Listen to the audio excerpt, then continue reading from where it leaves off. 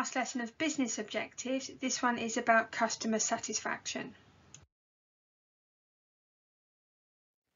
Learning intention for 1.3, being able to suggest different types of objectives for retail. So now we're looking at understanding customer satisfaction.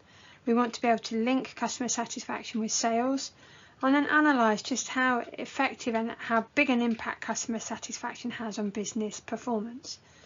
The key vocabulary are market share, brand identity, which we looked at before, diversification, that's when a retailer is looking at adding completely different products, loss leader pricing, that's when they have their cheaper products in the doorways, and acquisition, buying a retailer that's not usually part of the same product range.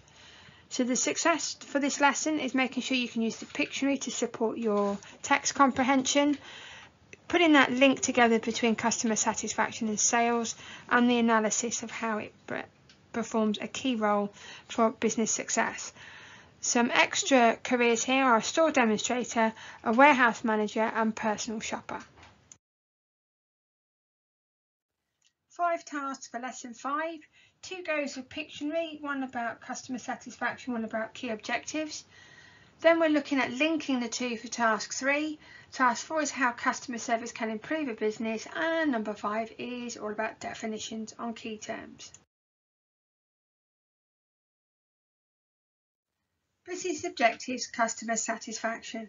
Customer satisfaction measures how goods or services supplied by a retail business meet or surpass a customer's expectation. There they are, with all the little thoughts there. Customer satisfaction, that's the rating, that's the stars, is important because it provides retail business owners with information they can use to manage and improve performance going up their businesses. Sales made by a retailer are linked to the levels of customer satisfaction. If a retailer fails to meet customer satisfaction, the stars, then it could result in a decrease, performance going down, in sales and profit. Equally, if customer expectations, there they are with all the thoughts, are met and customers are happy, smiley emojis, with the goods and services they receive, then it is likely that sales and profits will increase.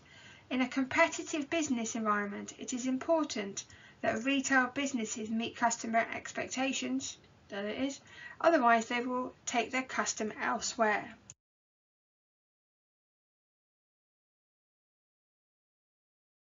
Task 1, here comes Pictionary in action. You need to answer the questions, and the images on the left from the text from slide 5 is going to help you answer the question. 1A, what does this image represent and what does that mean? So go back to the last slide, work out what the image represents, and then give your explanation of what that means. 1B, what does this image represent and what does that mean? So go back to slide 5, what's that image represent, and explain what that means, literally like it says on the tin. 1C, what does this image represent and what is it being used on? A slightly different question, so make sure you get the second part accurate. 1D, if you get customer satisfaction wrong in a business, what goes down? 1E, what should every business strive to do? And 1F, if you get customer satisfaction right, what happens to the business? Use the image to help you explain. I will get the information from the last slide as well. Task 2, the key objectives Pictionary. A retail business may focus on improving customer satisfaction. There's that image, with the hope that this will lead to improved sales. If a business has experienced problems, there he is, with satisfying customer expectations in the past, it may well decide to make this a key objective in the future.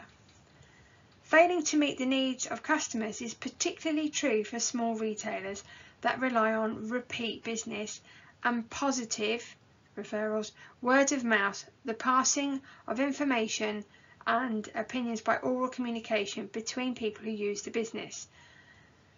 Let's go over that again. Repeat business and positive word of mouth advertising for its success. That's the formal definition of word of mouth advertising. This can alienate current customers and stop the business attracting new customers. The reputation of the business might suffer. That's where we talk about brand identity. Task 2. Let's see if you made sense of the text on slide 7. So here's some questions using the Pictionary as a guide for your understanding. 2A. In which area does a business not want this to happen? So you've got to work out what that picture represents and then talk about where we don't want those problems to happen. 2B. If it's been going wrong, what might a business now make their key objective? 2C. What does this image represent and what is it being used on? So that's in the second paragraph, that's that long definition. So let's, in your own words, please answer 2C. 2D, that's the question number, not the dimensional shape. What 2D, what type of activity does a business want to encourage? 2E, what must a business avoid doing and to whom? 2F, which is a slightly different one now. What might be damaged if you get this, remember what that one image means, wrong. So you might need to nip back to slide 6. So you've got to work out what the image means before you can answer the question of what's going to be damaged from 2F. Task 3. Using the information on slides 6 and 8. You're going to explain the link between customer satisfaction and sales. So you've done the Pictionary, now this is about you putting it into your own words, what the link is between customer satisfaction and how that influences sales. Task 4. Explain why focusing on customer satisfaction may improve the business. Now this could be you working it out, this could be you putting it all together and coming up with your conclusion.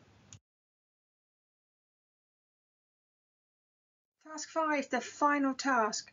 Write a description for each of the following business objectives. There are 7 of them for you to get through, and quite a few of them are going to be a revision over the business objectives that we've covered. So it's a revision over this lesson and the previous 4, and also some of the key vocabulary as well that you need to revise, and you need to know a couple of those words, particularly number 3 and 4.